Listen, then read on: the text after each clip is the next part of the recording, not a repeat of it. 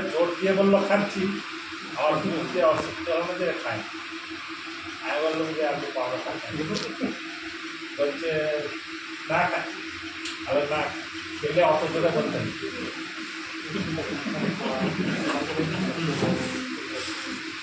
বলছে হ্যাঁ খাবো খাবো।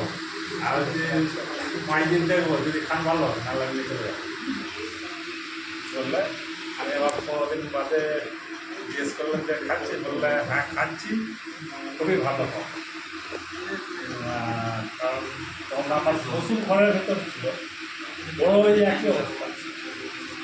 শাশুড়ি কি বলছে না বলছে, তার আগে উনি বলছে তোমার ভাড়াটা খুব ভালো খাবার পরে আমার শরীরটা হালকা হালকা হয়ে গেল, মানে জড়সড় হয়ে গেছে, আর কি যেন আমার হাত পাগুলো ছেড়েছে।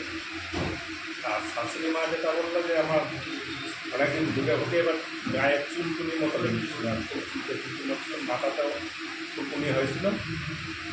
তা 1 মাস ওভার করার পরে চুলকুনিগুলো উঠে একদম মাউলি, যেটা ওটা বলে সে মাউলিটা পরিষ্কার আছে এবং শরীরের জোরও এসেছে। এ থেকে আমি আরও মানে প্রতি পরিষ্কারের প্রতি আরও বিশ্বাস অনেক বেড়েছে এবং কাজটা ভালোভাবে করবো। থ্যাংক ইউ হাততালি।